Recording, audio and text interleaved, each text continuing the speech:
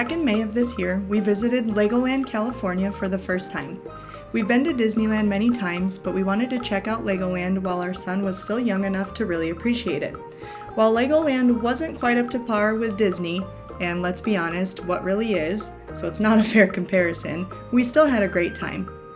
In addition to our overall thoughts, we wanted to share some insights on crowd levels, the layout of the park, and our favorite rides and food options that we found during our visit. So overall thoughts.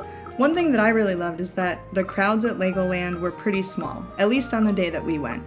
I'm sure that the park gets more crowded on weekends and during school breaks or holidays, but we definitely enjoyed the walking space and short wait times. The park itself is pretty small as well, especially compared to other theme parks like Disneyland. This can be a pretty big positive because you can get most or all of the rides done in one day. Or if you're at the park for multiple days, you can go at a slower pace or ride things that you like multiple times. However, this also means that there are just fewer attractions overall. It's also important to note that Legoland is definitely geared towards smaller children. Again, this can be a positive or negative depending on how you look at it, but it's probably best suited for toddlers and younger kids as opposed to tweens and teens.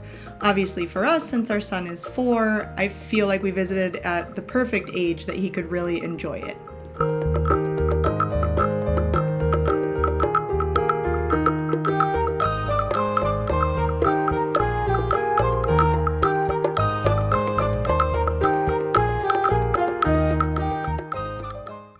Now let's talk about the rides and attractions.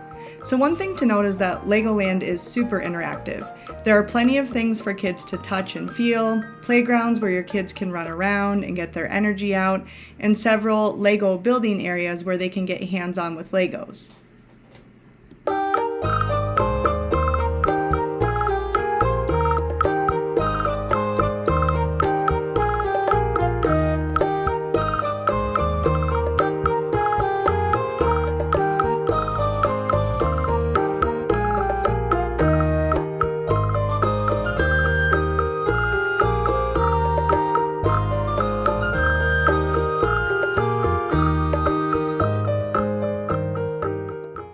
There's even this cool interactive area where your kids can build a Lego car and race them against other kids.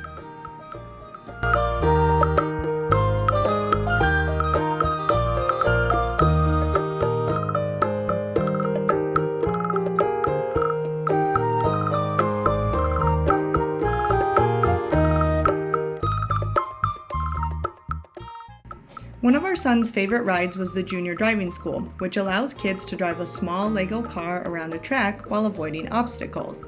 Their first taste of what it's like to really drive a car.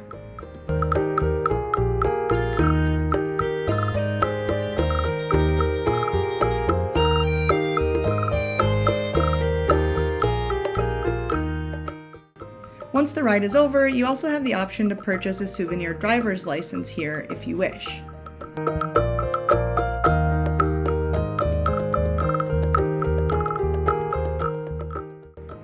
There is a version of this ride for kids ages 6 to 13 as well, which is a little bit bigger and has some more complex obstacles for them to go through. The next ride, Emmett's Flying Adventure, was probably my personal favorite. It reminded me a lot of a cartoon version of DCA's Soarin' Around the World.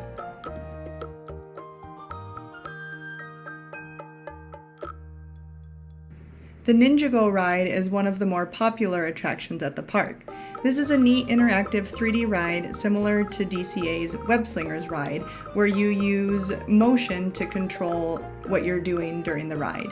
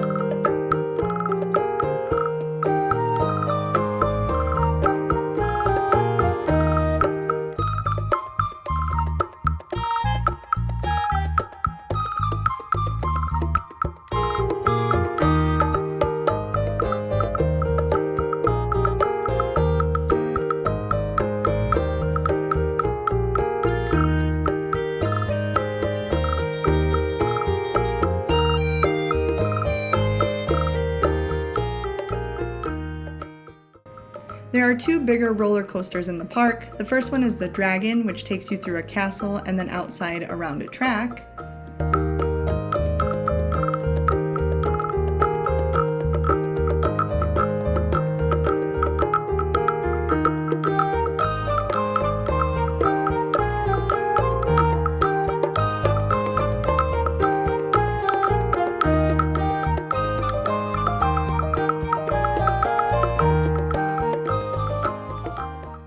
And the second coaster is the Lego Technic coaster, which has a pretty big fun drop first thing.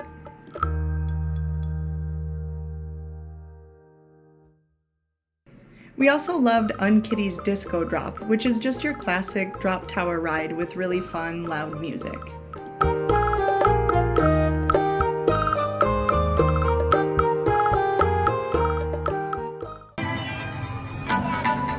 Smile.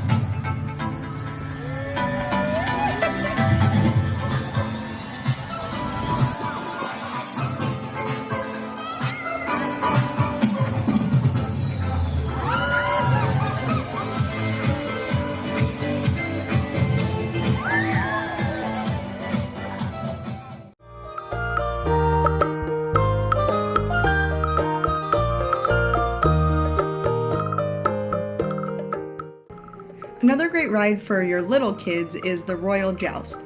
This was a super cute attraction just for kids where a mechanical horse takes the children around a track.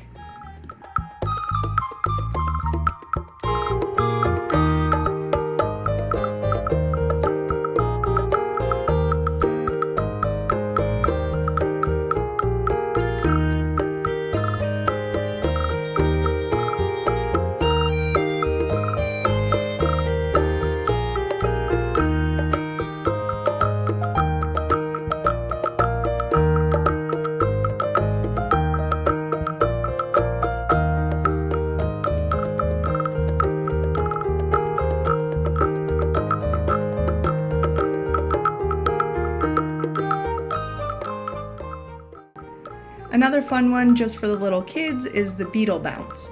This is a ride that launches you 15 feet in the air again and again and was super fun for our son.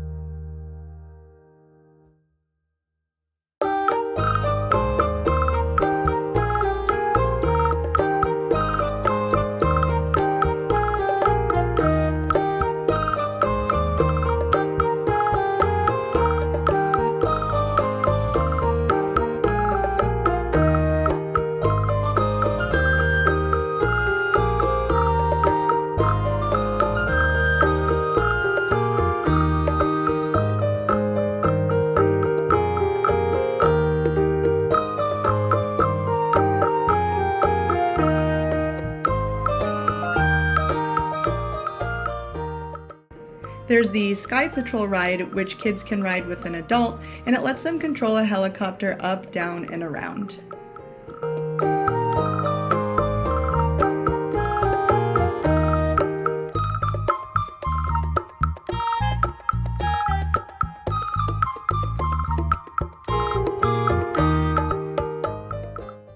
We did the Bionicle Blaster, which is basically just a high-tech looking version of Disneyland's Teacups ride.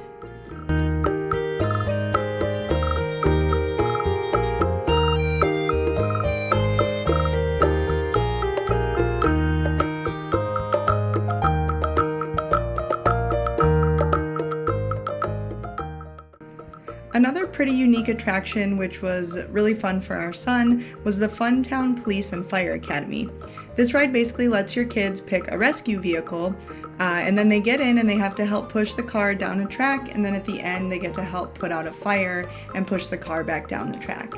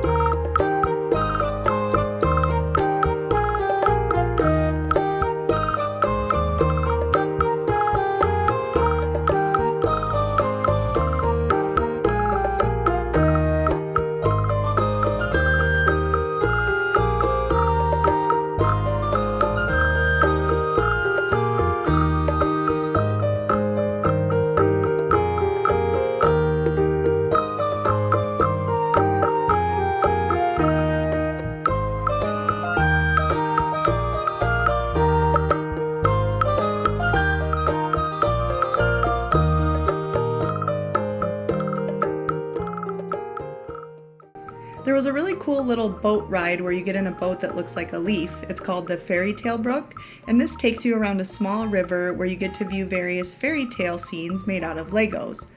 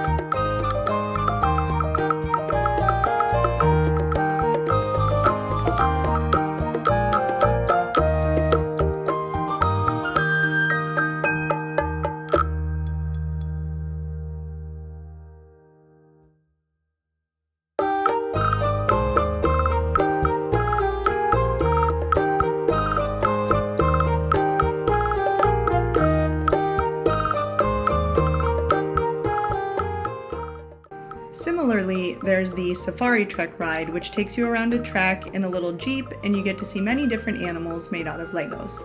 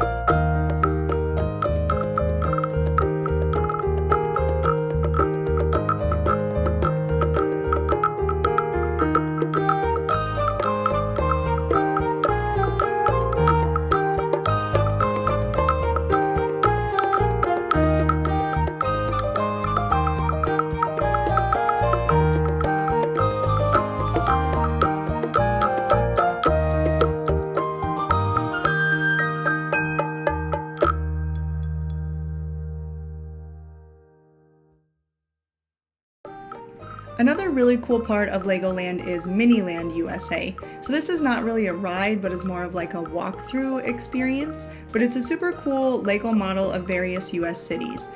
You can walk through the area, and you can also see some of it from the Coast Cruise, which is basically a big boat that takes you around the perimeter of the park.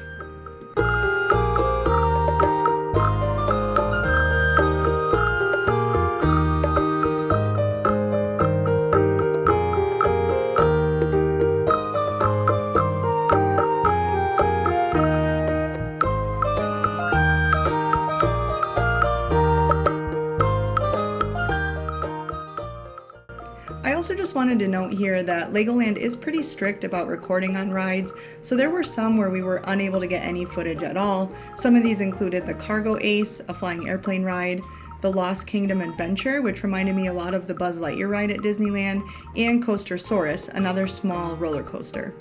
Some rides and attractions were also closed when we visited because it was low season, so we didn't get to see Duplo Playtown, Kai's Spinners, the Kid Power Tower, Legoland Express, or Queen Wadavra's Carousel.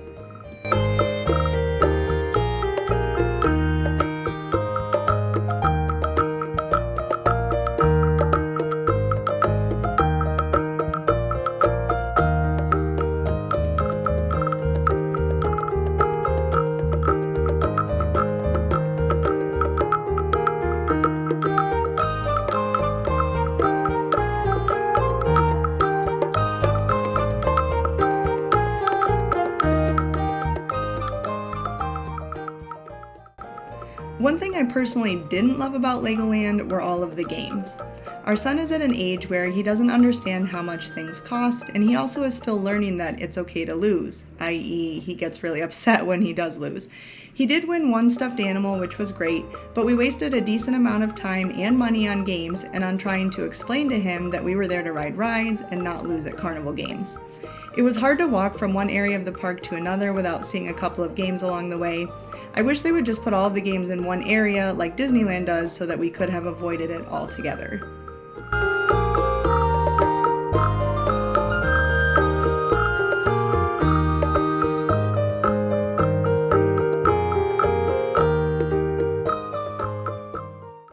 Now to briefly touch on food in the park. I would say overall the food was mediocre at best.